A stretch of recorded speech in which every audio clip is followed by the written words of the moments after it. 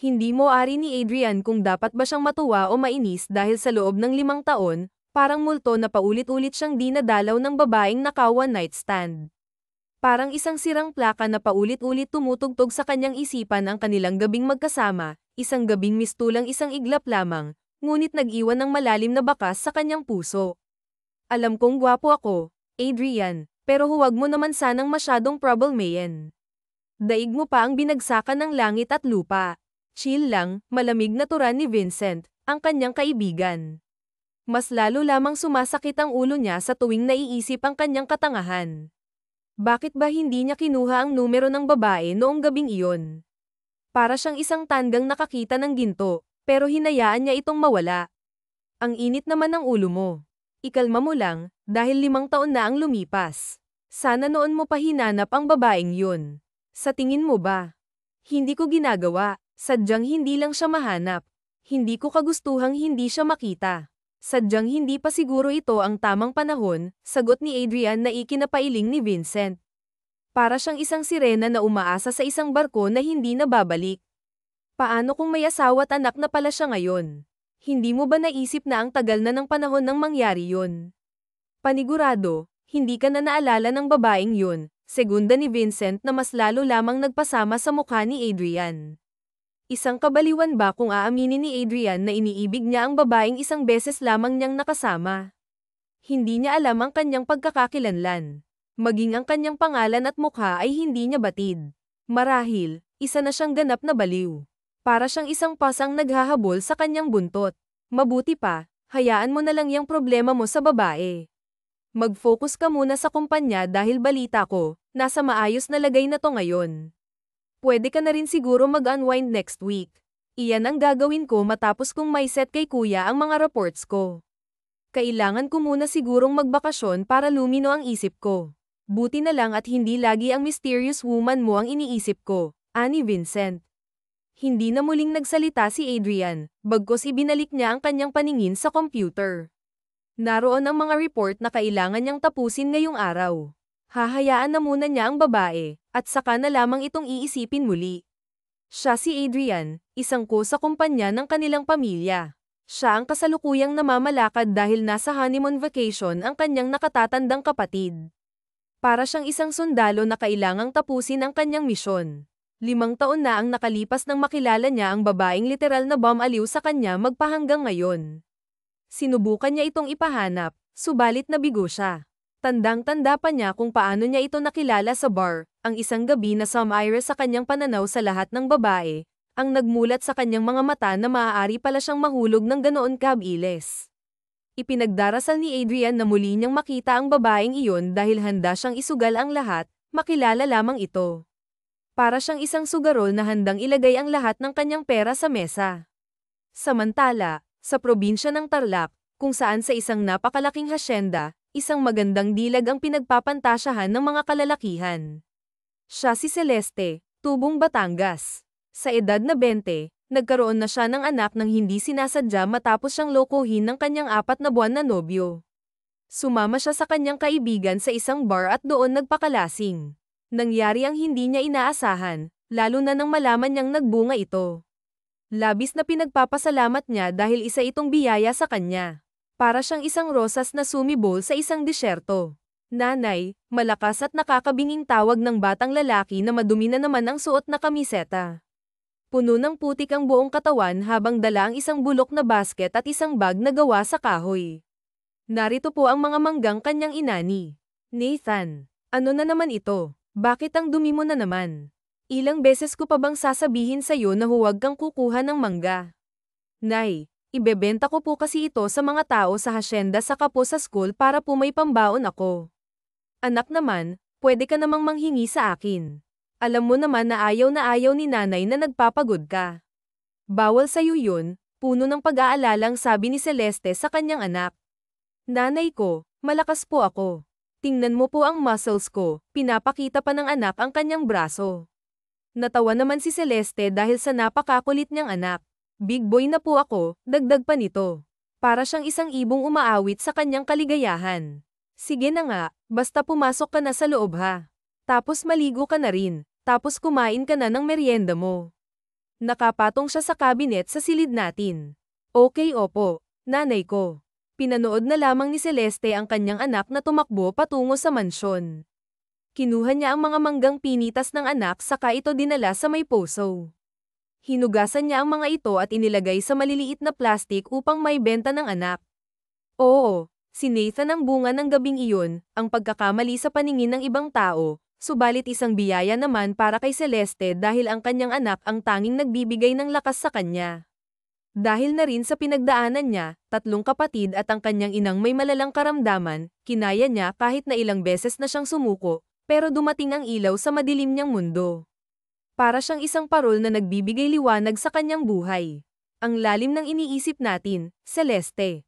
Nagpasaway na naman ba ang inaanak ko o baka naman naubusan na naman ng budget ang pamilya mo, singit ni Marco, ang kanyang sirenang kaibigan, sirenang may napakagandang katawan at gwapong mukha.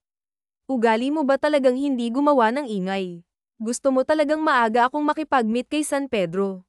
No girl. Kanina pa kita tinatawag, pero titig na titig ka sa manggang hawak mo. Hindi ko nga alam kung anong meron sa manggang yan at 3 minuto kang nakatitig dyan, saka pa siya nito inirapan. Kumuha pa ito ng hilaw na mangga saka kinagat. Para siyang isang anghel na nagpapakita ng kanyang ganda. Malalagot ka kay Nathan yan, Marco. Hindi mo ba alam na ibebenta niya yan? Isa lang ang bawas. Napakadamot talaga ng anak mo. Kanino ba nagmana yan ha? Sa tanang buhay ko, pangalawa ang anak mo sa mga masungit at wise na nakilala ko. Nangunot naman ang kilay ni Celeste sa sinabi nito.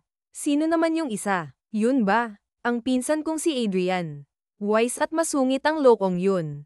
Parang anak mo lang. Minsan nga kapag kausap ko ang anak mo, pakiramdam ko, kausap ko siya. Ani Marco. Normal lang naman sa bata ang maging masungit, sagot ni Celeste. Iba ang kasungitan ng anak mo. Oo na. Ano bang kailangan mo? Bakit narito ka na naman? Wala ka bang trabaho ngayon sa Manila? Hindi ba sa susunod na linggo pa lang dapat ang uwi mo? Dahil sa pinsan ko, nauuwi ka dito sa hasyenda.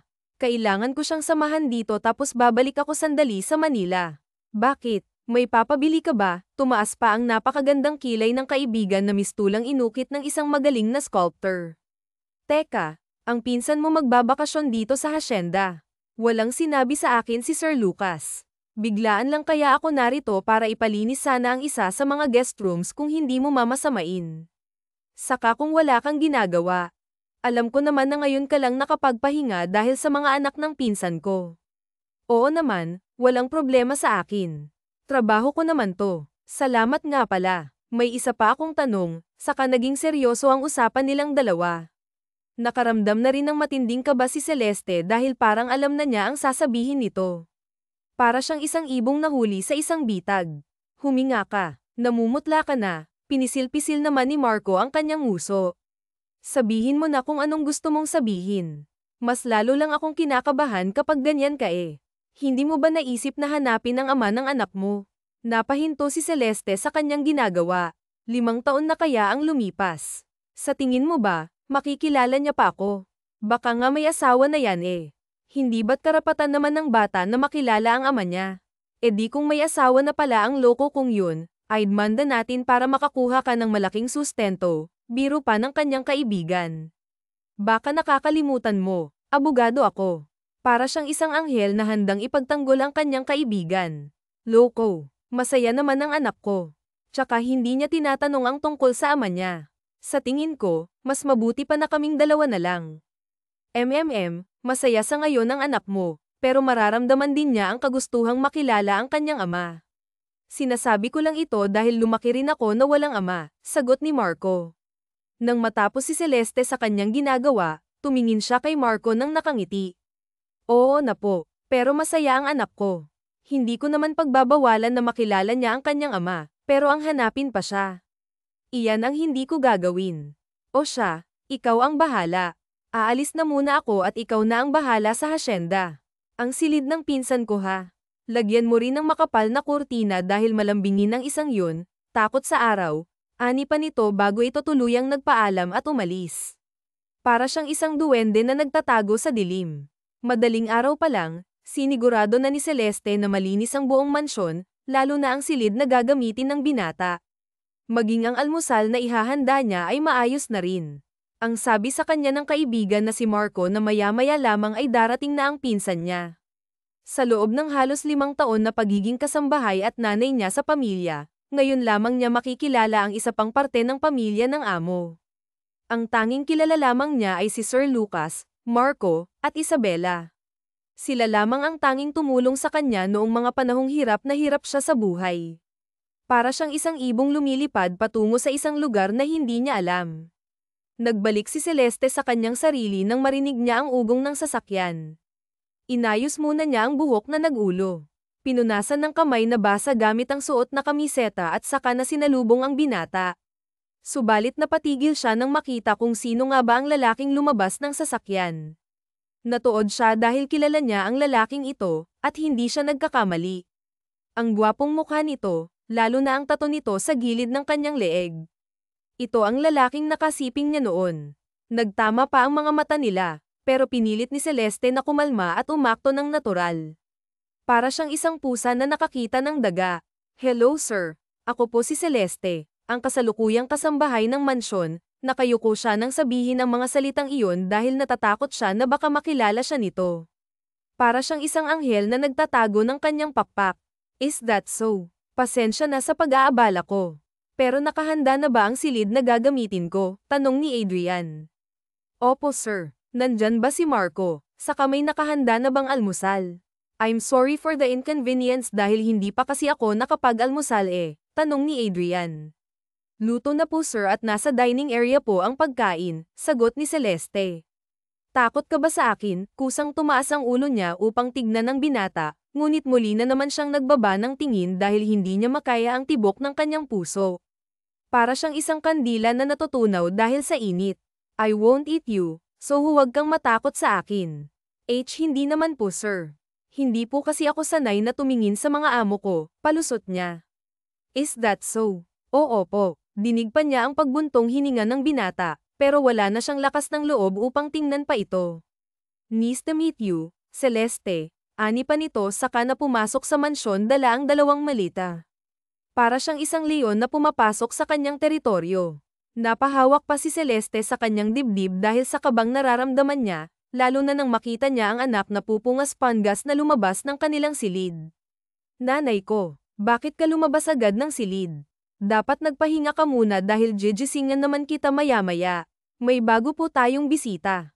May kasama po siyang batang makakalaro ko, inosenteng tanong pa nito, pero umiling lamang si Celeste. Para siyang isang ibong nakakulong sa kanyang hawla. "Wala anak, pumasok ka na sa silid natin dahil maaga pa." Hinalikan pa ng dalaga ang uluhan ng anak saka na ito naglakad paalis.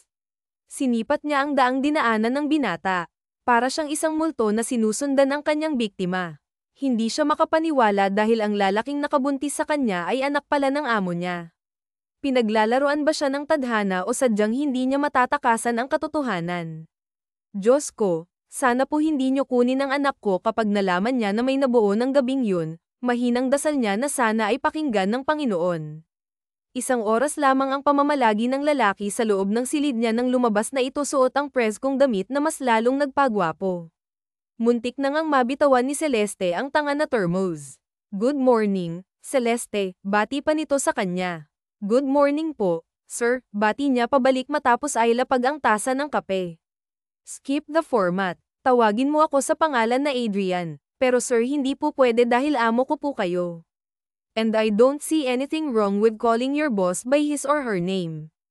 Isa pa hindi ka empleyado dito dahil parte ka ng pamilya." May kirot ng saya sa puso ni Celeste na sinabi iyon ng binata. Kahit papaano ay nawala ang mga agam-agam niya para sa binata dahil mukha naman itong mabuting lalaki. "Kumain ka na ba? Kung hindi pa, pwede mo akong sabayan po.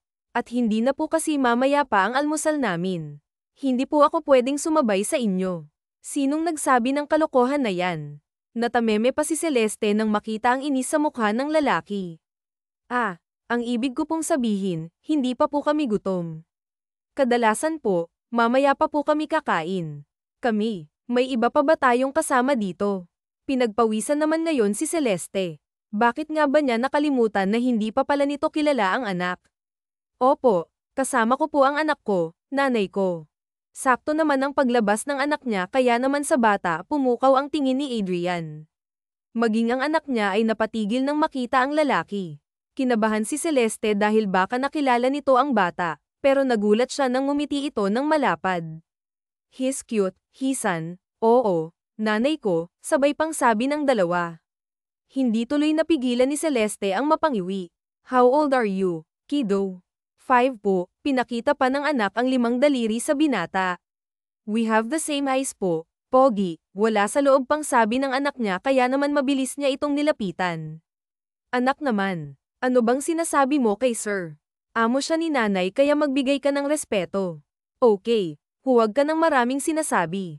Hindi ba papasok ka sa school ni Teacher Merrim mo? Kunin mo na ang mga mangga sa kusina," aniya pa. "Pero nanay ko, bakit po pareho kami ng ace ni Kuyang Pogi?" Bakit si nanay kapareho mo ng buhok?" "Normal yan, anak. Kaya sige na, umalis ka na at baka malate ka na naman." Nakangusong napilitan ng anak na sumunod sa kanya pero hindi nakaligtas sa mga mata ni Celeste ang pagsipat ng anak sa lalaki. Maging ang amo niya ay hindi maalis ang tingin sa bata. "Nasaan ang daddy niya? Dito ba siya nagtatrabaho? Ang swerte niya sa anak mo dahil napakabibo niya," nakangiting sabi ng lalaki. Ang totoo, sir, nabuntis po ako nang hindi sinasadya. Wala po akong asawa," naiilang pang sabi niya dahil ayaw niyang magsinungaling. "Oh, I'm sorry. Okay lang po, sir. Enjoy your breakfast po at magtatrabaho na po ako." "Excuse me po," palom niya pa kaya naman naglakad na siya paalis. Ayaw niyang tumagal na kasama sa paligid ang lalaki dahil nagwawala ang puso niya. Mas mabuti nang iwasan niya ang lalaki para sa ikabubuti ng buhay nila. 1 linggo ang lumipas simula nang makasama ng mag-ina ang binatang si Adrian. Isa lamang ang napapansin ni Celeste sa dalawa na mas lalong nagiging malapit ang mga ito, palagi nang magkasama ang mga ito lalo na sa paglalaro sa hardin. Masaya ang puso ni Celeste dahil kahit papaano ay nagiging masaya ang anak niya kahit na siya lamang ang tanging nakakaalam ng totoo. "Anak, halikan na muna kayo sa silong at magpahinga. Pagod na si sir sa paghahabulan niyo lalo na tirik ang araw." "Sandali po, inay. Malapit na po akong mahabol ni Papa Adrian." Napatigil sa pagsasali ng buko juice si Celeste nang marinig ang sinabi ng anak. "Papa Adrian, anak naman, nakakahiya kay sir. Pero sabi kasi niya, nanay ko, natawagin ko siyang Papa Adrian." "Hindi pa po, Papa Adrian." Inosente ang pagkakasabi ng anak kaya naman mas lalo lamang nakukonsensya si Celeste. Ngayon niya nakikita ang sinasabi ng kaibigan na si Marco tungkol sa anak. Kitang-kita niya ang kasabikan ng anak na magkaroon ng ama kaya naman wala siyang lakas ng loob upang pigilan ang mga ito. "Pero anak, nakakahiya kasi." "It's okay, Celeste. Ako naman ang nagsabi sa kanya na pwede niya akong ituring na ama dahil wala naman akong pamilya and I hope na magkaroon ako ng anak na katulad niya." Pamaling pa ang mga mata ng binata sa anak, malambing at puno ng kasabikan din ang makikita sa mga mata niya. Hindi na lamang nagsalita si Celeste at hinayaan ang dalawa, tahimik lamang siya habang masayang nagkukwentuhan ang dalawa. Maraming katanungan ang naglalaro sa isipan niya. Pakiramdam kasi niya pinagkakait niya ang anak sa ama nito at pinagkakait niya ang ama sa anak niya. "Celeste," napakislat pa si Celeste nang maramdaman ang malambot na kamay ni Adrian. "Yes po. Pasensya na po. Nagulat lang ako." Aniya kahit na ang totoo ay may kuryente na damaloy sa hinawakan ng lalaki. "Ang lalim kasi ng iniisip mo at paminsan-minsan nangungunot ang kilay mo. Tungkol ba to sa pagtawag sa akin ng papa, ng anak mo? Pasensya ka na kung hindi ko muna pinaalam bago ako nagdesisyon. Kung hindi naman okay sa'yo, pwede naman na hindi na ako tawagin na papa, ni Nathan." "Hala, hindi naman po, Sir Adrian." Natatanga ang ani ni Celeste. "Napapansin ko na sir, pa rin ang tawag mo sa akin. Hindi ba ang sabi ko, tawagin mo ako sa pangalan ko?" "Sorry, sir. I mean, Adrian, much better nga pala. Pwede ko bang hiramin ang anak natin? Gusto ko sanang magtungo sa bayan bukas at gusto ko siyang ipasyal." Muling natunganga si Celeste dahil sa sinabi nito na, anak natin. Pakiramdam niya ay may humaplos sa puso niya, gusto niyang maiyak sa saya. "Oo naman, pwede mong isama ang anak natin," mahinang sambit niya na tanging siya lamang ang nakarinig. Muling naglaro ang dalawa sa initan. Naroon siya sa lilim ng puno ng mangga, pinapanood ang dalawa na para bang isa silang masayang pamilya. Maaari ko bang aminin lamang niya ang totoo? Maaari kong magkakaroon lamang siya ng lakas ng loob na sabihin sa binata ang nangyari sa nakaraan. Sumapit ang gabi at masayang pumasok ng silid si Adrian. Masakit man ang buong katawan sa pakikipaglaro sa bata, inaamin niya na masaya siya. Mayroong isang bagay na hindi niya maipaliwanag pero magaan ang loob niya sa bata. Inunat pa ni Adrian ang kanyang mga kamay sa ere upang mawala ang kirot ng likuran nang marinig niya ang tunog ng kanyang cellphone. Ang kaibigan na si Vincent ang tumatawag sa kanya. Yes, bungad niya sa kaibigan. Nandito ako sa may kanto. Baka naman gusto mo akong sunduin. Kanina pa ako dito dahil hindi mo sinasagot ang mga tawag ko. What? Anong ginagawa mo dyan? Tsaka sinong nagsabi na pumunta ka dito? Malamang si Alberta. Hindi ako sinabay ng walang hiyang yun kaya naman sunduin mo na ako dito dahil nilalamig na ako, sabay putol ng linya. Makirat man ang likuran ni Adrian ay wala siyang nagawa kundi ang sunduin ang kaibigan. Kinuha pa niya ang susi saka lumabas ng silid. Naabutan pa niya si Celeste na may dalang bayong at papalabas ng mansyon. Saan ka pupunta? Adrian, ginulat mo naman ako. Pupunta sana ako sa may kanto para manghingi ng kamoteng kahoy sa kaibigan ko. Ikaw, bakit lumabas ka pa? Gabi na. Hindi ba dapat ikaw ang nagtatanong ko niyan? Gabi na kasi ano? Sa gabi lang umuwi yung kaibigan ko kaya ngayon niya ako sinabihan na pumunta doon. Hindi maintindihan ni Adrian pero naiinis siya ngayon dahil sa pagiging pabaya nito. Hindi porket na pag-aari nila ang sakahan at taniman dito ay ligtas na ang paglabas sa gabi. May problema ba? Mukha kasing galit ka. Hindi naman. Sumabay ka na sa akin dahil may sisanduan din ako sa may kanto papasok ng asyenda, aniya. Hindi naman nagsalita ang babae at sumunod lamang ito sa kanya. Inaamin ni Adrian na unang kita niya pa lang sa babae, nakaramdam siya ng kakaiba. Pakiramdam kasi niya ay kilala niya ito. Lahat ng ginagawa ng babae, ang pagsasalita nito ay kakaiba ang dala sa kanya. Tahimik lamang sila sa loob ng sasakyan hanggang sa makita na ni Adrian ang kaibigan na nakaupo sa waiting shed. Kumaway pa ito at mabilis na lumapit subalit nang makita nito si Celeste ay naging panunuya ang tingin ng kaibigan. Alam ko nasa isip mo kung ano man yan. Alisin mo bago kita iwanan dito. CHW. CHW. Wala naman akong ibig sabihin pero hati ng kasama mo kahit naman ang kung manamit. Shut up at pumasok ka sa loob ng sasakyan. Huwag mong hintayin na ako pang kumaladkad sa'yo, malamig na sabi ni Adrian. Ang init talaga ng ulo mo.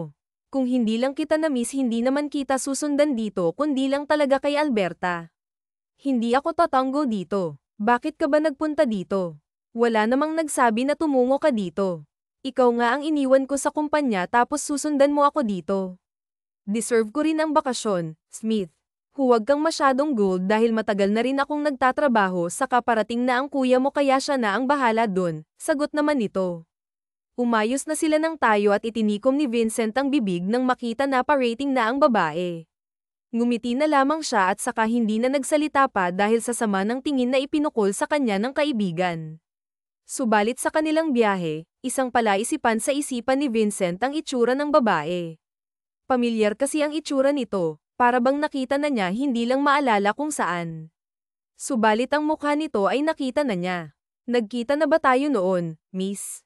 Pamilyar kasi ang mukha mo sa akin, biglang sabi niya kaya naman nagulat si Celeste at mabilis na lumayo. Hindi dahil ngayon lang kita nakita, turan naman ni Celeste saka umiwas ng tingin. Nagulat siya sa sinabi nito dahil maliban sa trabaho at ng isang beses na nagtungo siya sa bar, iyon lang naman ang araw na nakipaghalikan sa ibang tao kaya naman baka nakita na siya nito ngunit saan. You're spouting nonsense again, Vincent. Gusto mo talaga na pabalaykan kita ng Manila, naiinis pa ang sabi ni Adrian na makita kung gaano kalapit ang mukha ng kaibigan sa babae. Bigla na lamang nag-init ang ulo niya kundi lamang siya nagpigil baka nasuntok na niya ang kaibigan. Come on, natatandaan talaga kita. Nakita ko na yung mukha mo. Hindi ko lang alam kung saan pero sigurado ako nagkakilala na tayo. Pwede rin na nagkasalubong kasi hindi ako basta-basta nakakalimot. Wala talaga akong alam sa sinasabi mo. Kung nakita mo man ako noon, baka nga, sabi pa ni Celeste at siya ka na nag-ayos ng upo sa sasakyan.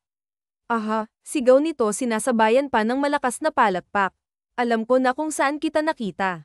Ikaw yung tigre sa bar noon, di ba 5 years ago? Ako yung namali ng pasok ng banyo dahil hindi ko na matiis, sabi nito. Nangunot ang kilay ni Celeste dahil wala siyang maalala. Sige, isipin mo dahil hindi ako nagkakamali. Ikaw yung babae na yun, yung pinagbabato ako ng gamit kasi akala mo sinisilipan kita.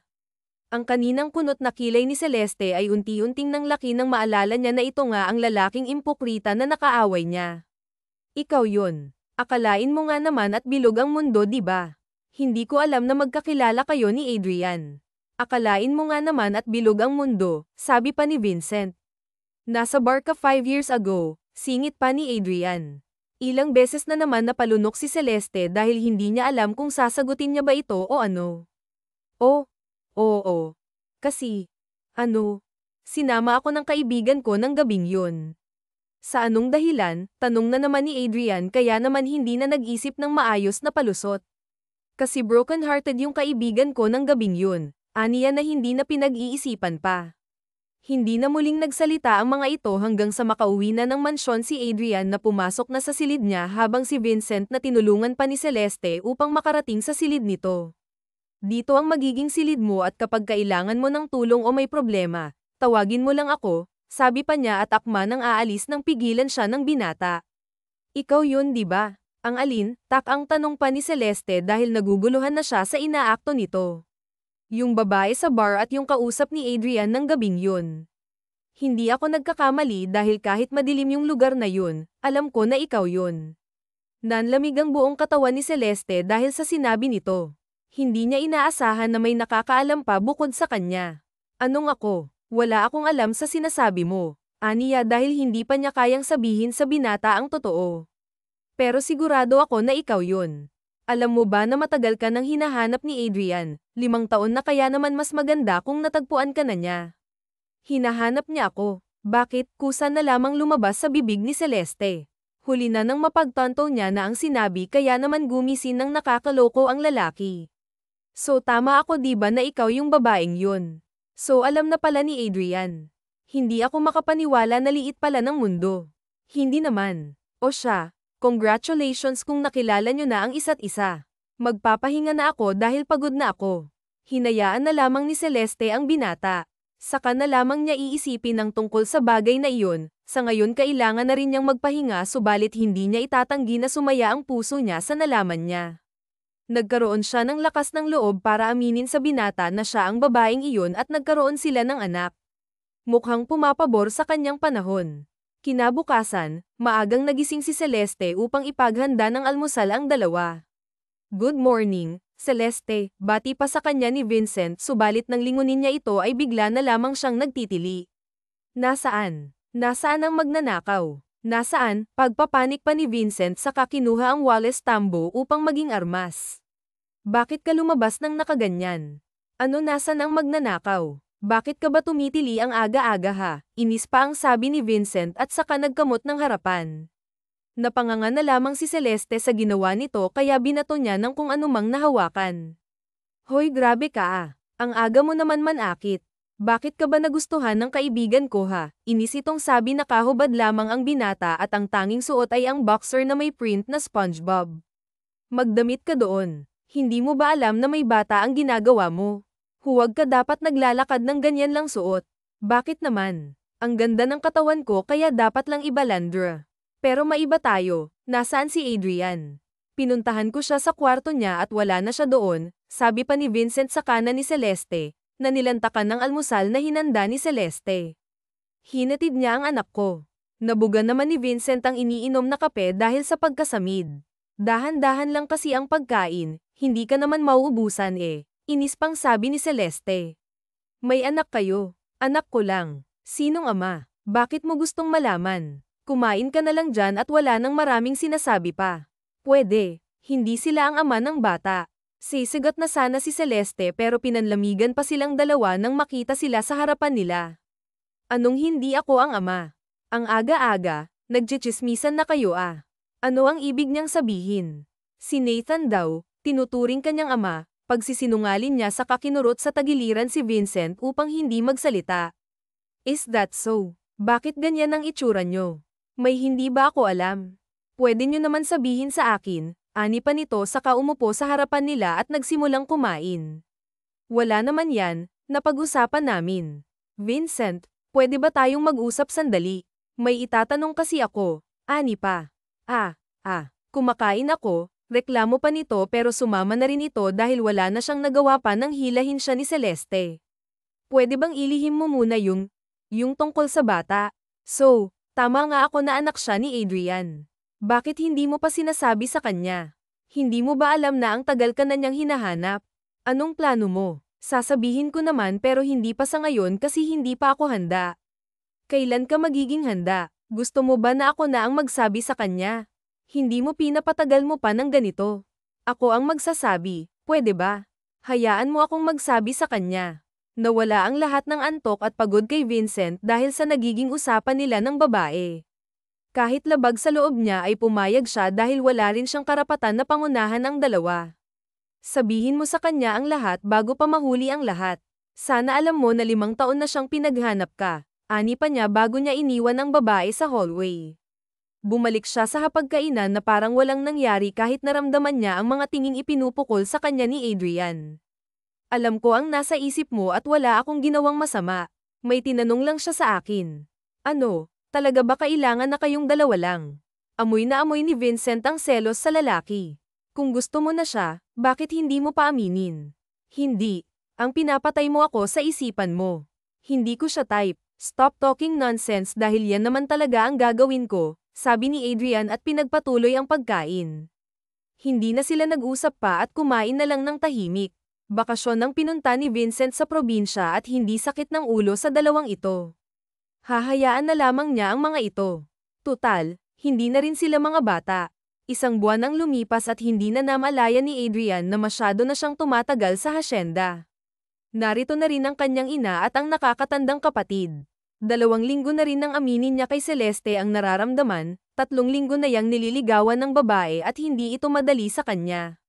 Hindi niya ang lamang tamang panliligaw kaya naman nanghihingi siya ngayon ng payo sa kanyang ina. Leave me alone, Adrian. Kara-rating ko lang galing sa mahabang biyahe. Baka naman pwedeng bukas na lang, naiinis na sa kanya na sabi ng ina. Ma'am, bigyan mo lang ako ng payo. Paano ka napasagot ni Daddy? Kailangan kong mapasagot si Celeste. Alam mo ba na 3 linggo na niya kung hindi pinapansin, tumaas pa ang kilay ng ina niya nang sabihin iyon. Kasalanan mo. Palagi mo ba naman siyang pain peste, talagang iiwasan ka niyan. Lumayas ka muna sa harap ko, anak, utang na loob. Doon ka sa kuya mo at sa kanya ka humingi ng payo, pantaboy ng kanyang ina. Labag man sa kanyang kalooban ay pinili ni Adrian na magtungo sa kapatid na si Lucas. Dan, tawag pa niya sa kapatid pero hindi siya pinansin. Kung magpapatulong ka sa akin kung paano mo mapapasagot ang nanay ng anak ko, better luck next time. Hindi yan tulad ng mga naging babae mo na easy to get.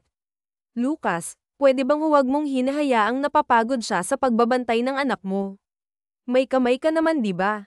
Bakit hindi ikaw mag-alaga sa anak mo? What the hell, hindi pa makapaniwala si Lucas sa sinabi ng kapatid. What? Totoo naman halos wala na siyang time sa akin kasi lagi niyang binabantayan ang anak mo. Nasaan ba kasi ang asawa mo at bakit hindi siya mag-alaga? Sabi pa ni Adrian na may halong irita. Kapal ng mukha mo, Adrian. Lumabas ka nga sa opisina ko at huwag kang babalik. Sana hindi ka sagutin ni Celeste. Mabilis pang umilag si Adrian nang subukan siyang batuhin ng folder. Ang haba na ng nguso ni Adrian. Sa loob ng 1 linggong naging busy ang dalaga sa pag-aalaga ng bata, hindi na niya ito nakikita madalas at nakakasama kaya naman hanggang sulyap lamang siya sa tuwing nasa hardin nito. Papa, bakit ka pusad? Tanong pa ng bata sa kanya. Ang anak ni Celeste, lumuhad pa siya upang mapantayan ng bata. Paano ang mama mo? Hindi ako pinapansin, Frey po. Gusto niyo po kausapin ko nanay ko para malaman po natin kung bakit hindi kanya pinapansin. Kaya mo ba, anak?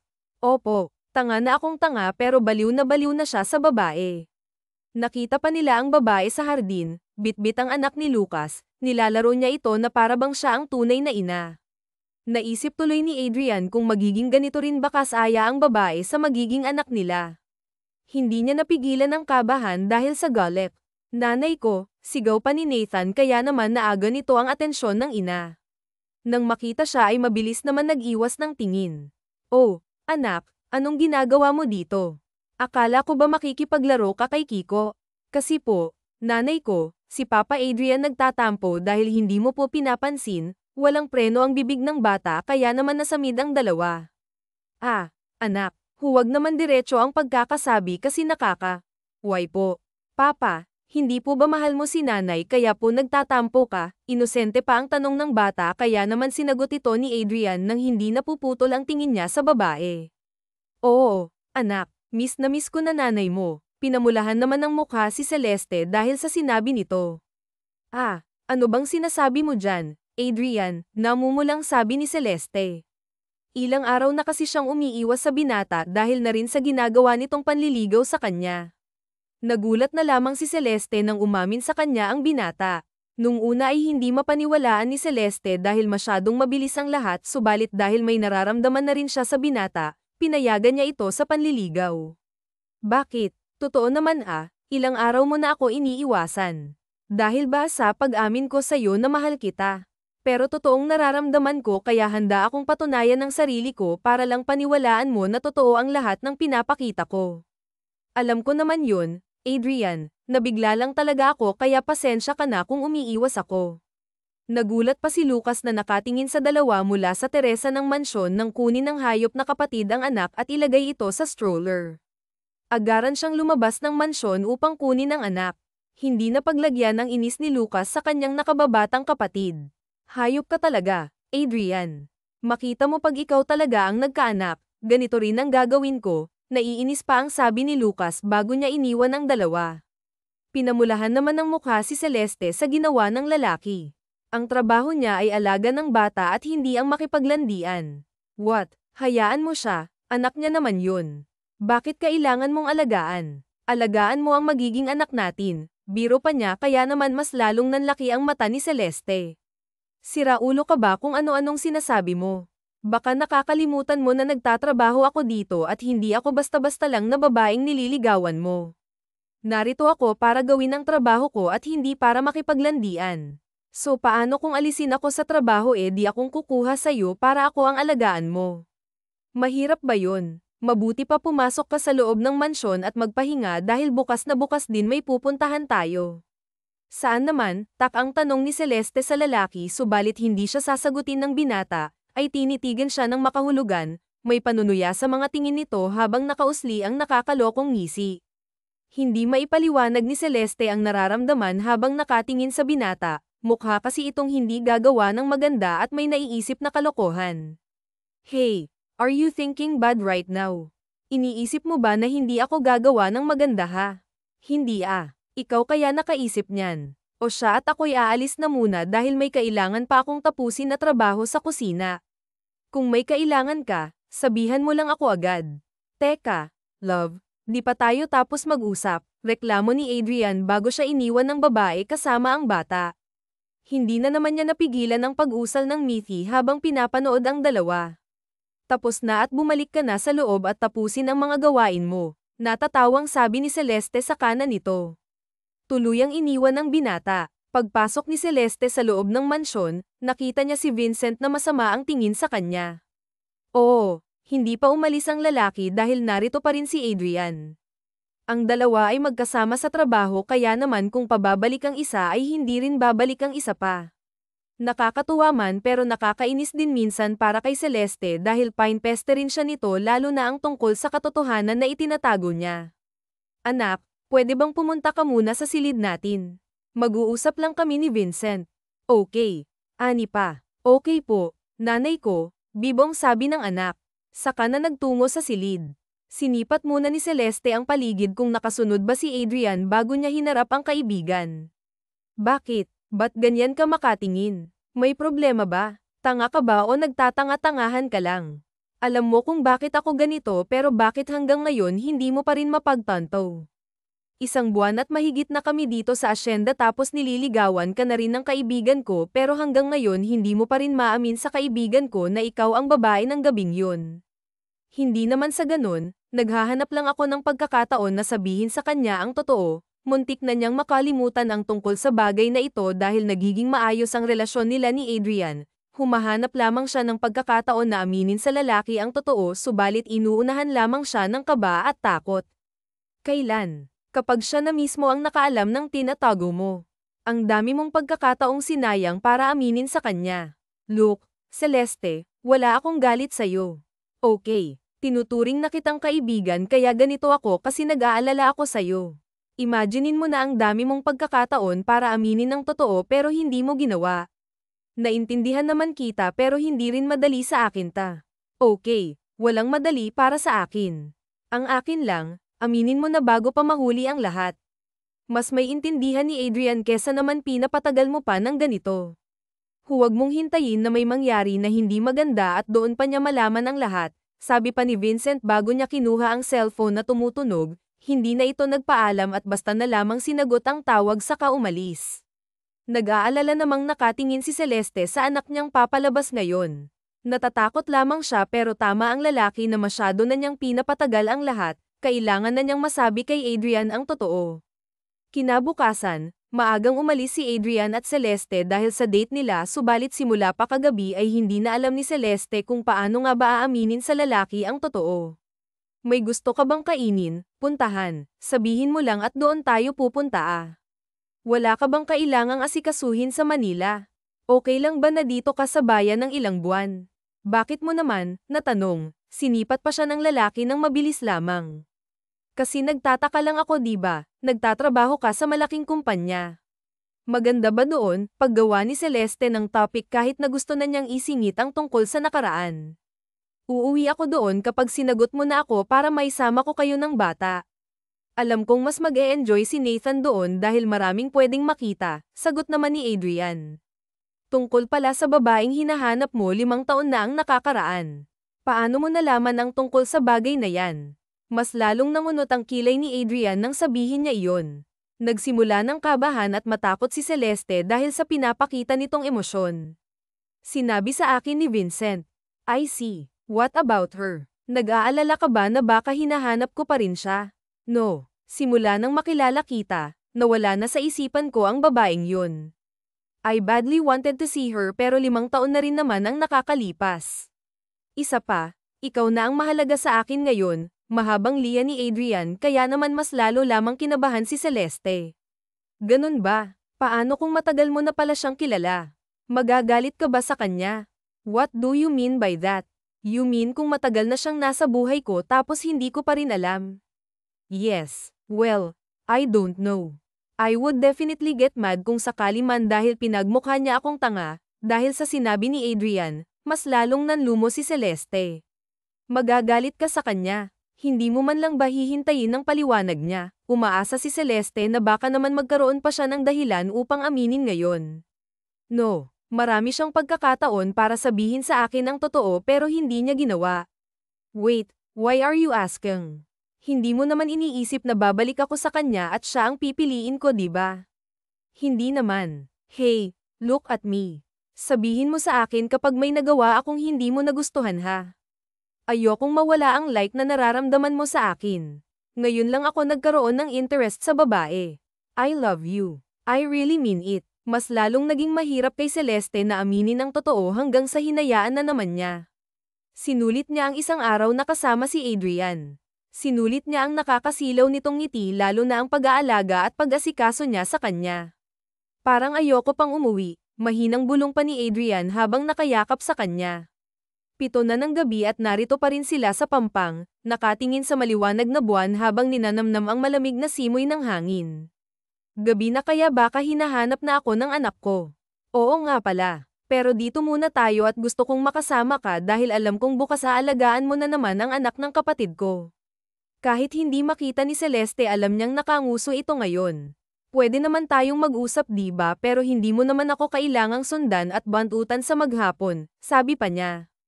Fine pero may gusto ka bang sabihin sa akin? Pansin ko lang sa mukha mo na para bang may gusto kang sabihin sa akin. Pwede mo naman sabihin at hindi naman ako magagalit, Adrian. Yes, at saka mas hinigpitan ang yakap nito sa babae. Paano kung may tinatago ako? Sa'yo, magagalit ka ba? Paano kung may isang bagay pala ako na hindi sinasabi? No, bakit naman ako magagalit pero di ba, sinabi mo na magagalit ka. Yes pero hindi ka kasali. I always try to understand you first bago ako magalit sa'yo kaya huwag kang matakot na magsabi sa akin kung may bumabagabag dyan sa loob mo. Hindi naman, ang totoo niyan gusto ko sanang sabihin sa'yo ang tungkol sa babae, napalunok pa si Celeste dahil ito na ang pagkakataon para masabi niya. Oo, yung babaeng nakilala mo 5 taon na ang nakakaraan, ang totoo, tumunog ng napakalakas ang cellphone ni Adrian kaya naman hindi na nasabi ni Celeste ang dapat sasabihin. Ano nga ulit yun? Tungkol sa babae nung sagutin mo na kaya, kanina pa tunog ng tunog utos ni Celeste. Sinunod naman siya ni Adrian at sinagot ang tawag pero ang kaninang kalmanteng mukha nito ay biglang nawala, gulat at galak na nagbigay ng matinding takot kay Celeste. Are you sure na nahanap nyo na siya? Hindi to biro ngayon as in nahanap nyo na. No, bukas na bukas lang pupunta ako dyan. Huwag nyo nga hayaan na makaalis siya, saka na pinatay ni Adrian ang tawag. Ah, anong meron? Sino ang nahanap na? Nauutal pa niyang tanong dahil hindi niya gusto ang naiisip. Ang babaeng matagal ko nang hinahanap, natagpuan na. I'm so excited to meet her dahil marami akong katanungan na gusto kong masagot niya. Hindi na itanggi ni Adrian ang galak habang si Celeste ay nanginginig naman sa takot. Nahanap na siya? Paano? I don't know pero gusto ko siyang makilala kahit isang beses lang. Gusto ko lang siyang makita. Paano ako? Hey, I'm sorry. Baka naman iba ang maisip mo. I don't like her. Okay, ikaw na ang mahal ko pero gusto ko lang siyang makilala. 5 years ko siyang pinahanap kaya gusto ko lang siyang makausap. Usap lang, nothing more. Please trust me. Nanaig ang matinding katahimikan sa pagitan nila. Hindi na nga halos may galaw ni Celeste ang labi upang magsalita at aminin na siya ang babaeng iyon kung kitang-kita niya kung paano nagbago ang mood ni Adrian. Gusto ko nang umuwi, Adrian, puno ng sakit na sabi niya sa binata. Alright, mas nasaktan pa siya sa tipid na sabi nito hanggang sa makauwi sila ng mansyon ay hindi na sila nakibuan pa. Ramdam ni Adrian ang pagbabago sa ugali ni Celeste kaya naman hindi na rin niya pinilit. Madaling araw pa lang nang umalis si Adrian patungong Manila. Hindi na niya ito pinaalam pa sa mga kasama sa bahay dahil nais niyang makausap ang babae 5 taon na ang nakakalipas. Mabilis lamang ang naging biyahe niya at nakarating siya agad sa kumpanya. Naabutan pa niya si Marco ang pinsan niyang aligagang lumabas ng elevator, nagkabungguan pa sila nito. Adrian, mabuti naman at naisipan mo nang umuwi ng Manila. Kumusta ang bakasyon mo? Sabi pa nito subalit nilagpasan lamang niya ang pinsan dahil nagmamadali siya. Hindi na lamang nagsalita si Marco at hinayaan ang suplado niyang pinsan habang siya naman ay pumasok ng opisina at bumulaga sa kanya ang babae. Hey, kinakabahan pa niyang sabi ngunit nang humarap sa kanya ang dalaga ay wala siyang maramdamang kakaiba. Pwede bang umuwi na ako, sir? Hindi kasi ako hinahanap niyang babae. Baka kasi hinahanap na ako ng asawa ko, ani pa nito. Hindi mo ba maalala 5 years ago sa bar, sinipat pa ni Adrian ang batang hawak nito na nasa 3 taong gulang. Sorry, sir pero sa dami ng bar na napuntahan ko hindi ko na ho maalala saka hindi ko ho kayo namumukaan, baka po ibang babae ang hinahanap mo, ani nito. Miss, look, isipin mo lang dahil gusto lang kita makilala, yun lang. Sir, hindi po talaga akong hinahanap mo. Uuwi na po ako ngayon, nasabi ko nang hindi akong babaeng yun. Naiwan si Adrian na nakatingin sa pintuan na nilabasan ng babae. Muli itong nagbukas at iniluwa naman nito si Marco. May hinahanap kang babae. Sinong babae? None of your business, aniya saka umupo sa swivel chair upang ikalma ang sarili. Baka naman pwede mong sabihin sa akin dahil may kilala ako na kapareho mo. May kaibigan ako na hinahanap din ng lalaking nakabuntis sa kanya 5 taon na ang nakakaraan nagkaroon sila ng anak, sabi ni Marco na nakakuha sa atensyon niya. What? Sino? Anong kwento? Sabihin mo sa akin. Anong kwento niyan? Sabihin mo muna sa akin kung bakit mo hinahanap ang babaeng yan. Balita ko nililigawan mo na si Celeste di ba? Ano to? Gusto ko lang siyang makilala that's it. Anong kalokohan yan, Adrian? Parang ang tanga sa sinasabi mo. Hindi mo man lang ba inisip na nililigawan mo ang kaibigan ko tapos hahanapin mo pa yang naka one night stand mo? Baliw ka na. Natahimik si Adrian dahil sa sinabi ng pinsan, hindi siya makapaniwala nang bigla na lamang nagising ang isip niya. Ano? Hindi ka makapag-isip di ba? Anong kalokohan? Anong dahilan kung bakit mo siya hinahanap? Mabuti pa nga't umalis na lang ako, hindi mo nararapat malaman ang totoo. Sa kabilang banda naman ay si Celeste na pinipilit na pakainin ng anak dahil nagkaroon ito ng sakit. 2 linggo na rin simula nang umuwi sila sa Manila at hinahanap ito ng anak niya, wala siyang masabing dahilan dahil maski siya ay masama ang loob sa nangyayari. Anak, sige na kumain ka na. O simula kahapon hindi ka na kumakain, paano ka gagaling niyan? Ayaw po, nanay ko hanggat hindi umuwi si Papa Adrian.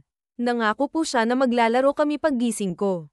Anak, uuwi din si Papa Adrian mo kaya kumain ka na paano ka gagaling niyan?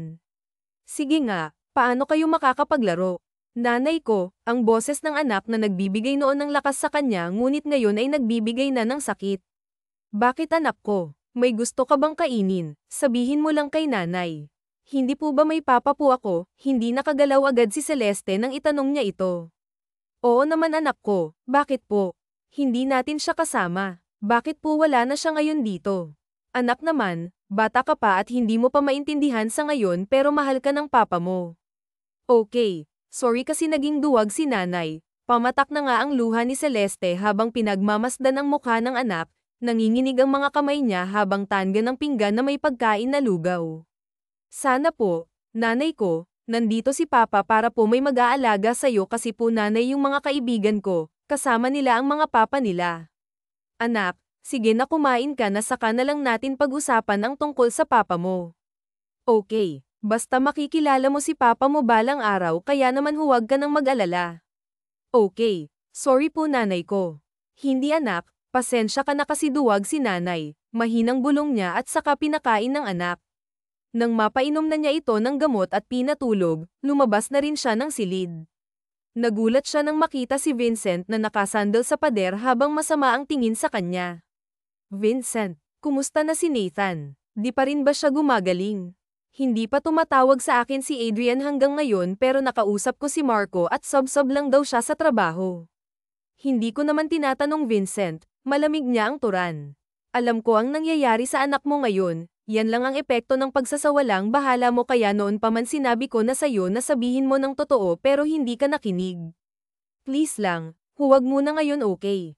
Huwag muna ngayon. Ilang beses pa ba kapag huli na ang lahat? Kung alam ko lang natagal ng ganito ako na lang sana ang nagsabi sa kanya baka masaya na ang anak mo ngayon at ang kaibigan ko, malamig na tinura ni Vincent saka na tuluyang iniwan si Celeste na lumuluha.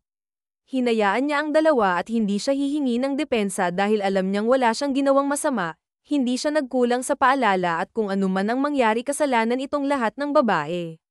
Inunat ni Adrian ang likuran niya nang matapos ang huling folder ng trabaho niya. 2 linggo na pala siyang hindi nakakauwi ng hasyenda, nahihiya siyang umuwi sa ngayon dahil na rin sa biglaan niyang pag-alis pero kailangan niyang suyuin ito dahil alam niya na nasaktan niya ito. Wala na siyang sinayang na oras pa at basta na lamang umuwi ng probinsya. Bago siya umuwi bumili siya ng pasalubong at bukay ng bulaklak upang suyuin ang babae. Sa kanyang biyahe nakatanggap siya ng mensahe na gumuno sa mundo niya, nanlamig ang buong katawan niya habang nagmamaneho at pakiramdam ni Adrian ay nawalan siya ng lakas dahil nalaman niya na nasa ospital ang batang si Nathan. Mabilis siyang lumabas ng kotse saka dumiretso sa loob ng ospital.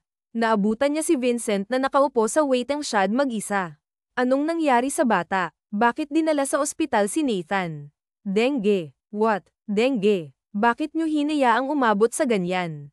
Hindi ba dinala ni Celeste ang bata noong mag-umpisa ng magkasakit?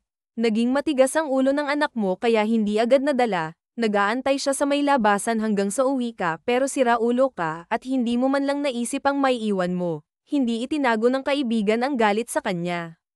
Anong ibig mong sabihin inaantay niya ako? Bakit hindi niyo siya pinigilan? Inaayos ko lang ang gusot na nagawa ko kaya ngayon lang ako nangyari na ito ka na at mabuti naman at narito ka na kailangan ka mamaya ng mga doktor kaya huwag kang aalis dyan. Bigla nang nagtaka si Adrian sa sinabi ng kaibigan nasaan si Celeste.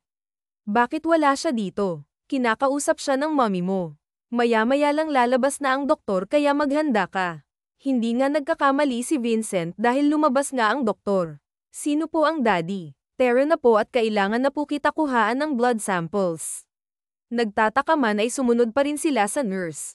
Kinuhanan siya ng sample ng nurse na labis niyang pinagtaka. Nurse, para ba to sa bata? Hindi ako ang ama niya kaya malabo na pareho kami ng blood type. Positive A, dagdag po ang bata, sir. Kayo po ang tanging makakapagbigay ng dugo sa bata. Positive AB po kayo. Teka, nurse, parang nagkataon lang siguro na pareho kami ng blood type. Hindi ba imposible naman hindi niyo po ba natanong ang ina ng bata? Confirm mo na lang, sir, kasi ama po kayo ng bata, sabi nito bago siya iniwan. Makalipas ang 30 minuto, lumabas si Adrian at humarap sa kaibigan. Alam mo, hindi ka dapat sa akin magalit, kundi sa babaeng yun. Kung sinabi niya sana agad, hindi aabot sa ganito. So, alam mo nga, bakit hindi mo sinabi sa akin?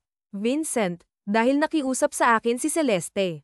Mabuti pa at siya na lang ang kausapin mo at huwag ako dahil wala pa akong pahinga simula nang madalas sa ospital ang anak mo. Marami pang katanungan sila sa kaibigan subalit siya naman ang dating ni Celeste na namamaga ang mata, sa likuran niya ang ina na namumula din ang mga mata. Talk to her, son. Huwag mong unahin ang init ng ulo at galit. Tatanggalan kita ng mana, babala pa nito. Nagtungo sila ni Celeste sa lugar na walang masyadong tao na dumadaan. Nakatayo lamang sila doon at naghihintayan kung sino nga ba ang magsasalita. Totoo ba? Si Adrian na ang pumutok sa katahimikan. Sorry, hindi ang gusto kong marinig mula sa'yo. Ang gusto kong sagutin mo kung totoo ba na anak ko si Nathan. Bakit hindi mo sinabi sa akin? Natakot lang naman ako na magalit ka sa akin. Pero hindi ka natakot na pwede akong magalit ngayon. Alam mo ba kung ilang taon kitang pinahahanap tapos kasama lang pala kita? Masaya ba akong gawing tanga, Adrian? Hindi naman ganun, natakot lang ako na aminin sa'yo dahil ayaw ko natanggihan mo ang anak ko. Ganun ba kababa ang tingin mo sa akin na tanggihan ng anak ko kung ang tagal ko nga kayong hinahanap? Puno ng hinanakit ang boses ni Adrian. Sakit naman at konsensya ang nararamdaman ni Celeste. Hindi niya akalain na sa ganito pa niya malalaman ang lahat kung kailan ang anak niya ay nag-aagaw buhay at saka pa sasabihin sa kanya ang totoo. Alam mo naman di ba na matagal ko nang hinahanap ang babaeng yun.